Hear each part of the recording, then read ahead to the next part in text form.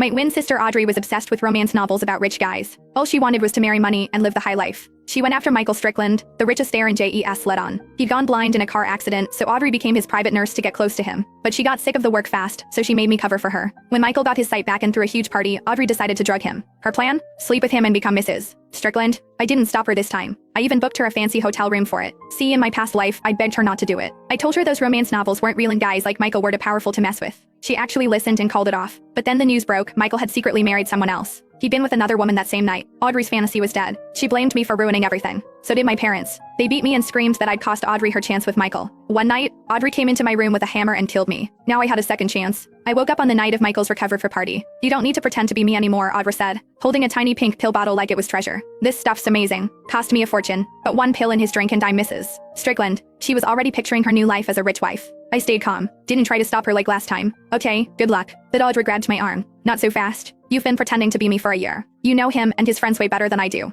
You're sticking around till I seal the deal. She threw me sunglasses and a mask. Cover up. If anyone finds out the truth, you're dead. Got it? After a year as Michael's caretaker, I knew the truth. He wasn't some clueless rich kid. He was sharp and ruthless. Audrey thought she could outsmart him. She was walking into her own grave. She strutted over with the spiked wine. Michael drank it, and within minutes his face was red, his body swaying. Audrey rushed to help him upstairs. I slipped her a hotel keycard. Room 800. Her eyes lit up. Maybe you're not totally useless. Once I'm Mrs. Strickland, I'll get you a job with a driver or bodyguard. Set you up for life. Guide the door. Don't let anyone interrupt. If this fails, Mom and Dad will destroy you. I followed upstairs but stood across the hall instead. Minutes later, thud. The door flew open and Michael stumbled out. Michael was breathing hard, his face twisted with rage. He looked ready to explode. Audrey was out cold on the floor with a bloody gash on her head. I knew it. No way she could pull this off. She got off easy with just a beating. When Michael sobered up, she might not survive. I turned to leave when someone grabbed my wrist. Michael yanked me into the next room. I still had my mask on. My eyes met his, wide with fear. The dim lights threw shadows on the walls. He pinned me against one, his voice rough. Your scent. Your body. I know you, don't I? I froze. We'd spent a year together. If I spoke, he'd recognize me instantly. I couldn't let anything happen between us. I'd end up just like Audrey. I tried to break free, but even drugged, he was way stronger. I opened my mouth to scream when he leaned in close. Your eyes. They're beautiful. I thought he'd recognize me. Then he ripped off my mask and kissed me. Panic shot through me.